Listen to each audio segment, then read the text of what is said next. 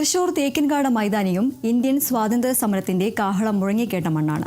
തേക്കിൻകാട് മൈതാനിയിലെ മണികണ്ഠനാൽ ഇന്നും വിളിച്ചോതുകയാണ് നൂറ്റാണ്ട് മുമ്പത്തെ സ്വാതന്ത്ര്യ സമര ജ്വാലകളും ഗാന്ധിജിയുടെ സ്മരണകളും. സ്വാതന്ത്ര്യ സമരവുമായി ബന്ധപ്പെട്ട് തൃശൂരിനുമുണ്ട് പങ്കുവയ്ക്കാൻ ഏറെ ഓർമ്മകൾ. 1925 മാർച്ച് 18-നാണ് ഗാന്ധിജി ആദ്യമായി തൃശൂരിലെത്തിയത്.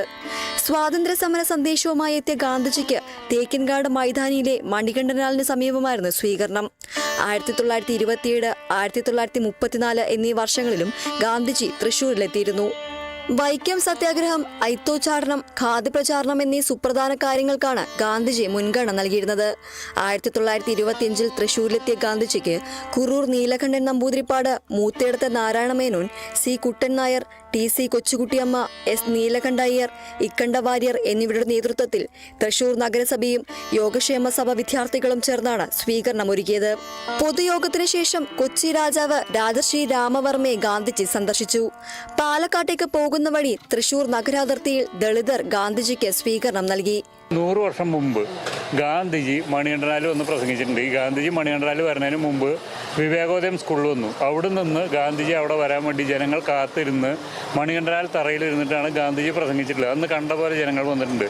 അതിനുശേഷം തേക്കിൻകാട് മൈതാനം ശരിക്കും ഒരു രാഷ്ട്രീയക്കാർക്ക് വേണ്ടി എല്ലാം വളരെ അത്ര ഉപകാരപ്രദമായ മൈതാനമായിരുന്നു. അതിനുശേഷം രാഷ്ട്രീയക്കാർ വന്ന് അതൊക്കെ മാറ്റി അവിടെ വലിയ പരിപാടി ആയ ശേഷമാണ് ഇതിന് വലിയ കോടതി ഇടപെടാൻ കാരണം. അല്ലെങ്കിൽ അത്ര കാലം കോടതി ഇടപെട്ടിട്ടില്ല. കോടതി ഇടപെടേണ്ട എല്ലാ പരിപാടിയും വൃത്തിയായി നടന്നിരുന്ന ഒരു മൈതാനമായിരുന്നു വടക്കുന്നാഥ ക്ഷേത്ര മൈതാനം. ഇതേപോലെ വിദ്യാർത്ഥി കോർണർ, ലേബർ കോർണർ, നെഹ്റു വന്നതിൻ്റെ ഓർമ്മിക്കാൻ നെഹ്റു മണ്ഡപമുണ്ട് അവിടെ. ഇതെല്ലാം കൊണ്ട് കളഞ്ഞിട്ടാണ് ഇപ്പോൾ ഈ രാഷ്ട്രീയക്കാരുടെ പ്രശ്നങ്ങൾ കാരണമാണ് ഈ തേക്കിൻകാട് മൈതാനം കോടതി വിലക്കിയിട്ടുള്ളത്.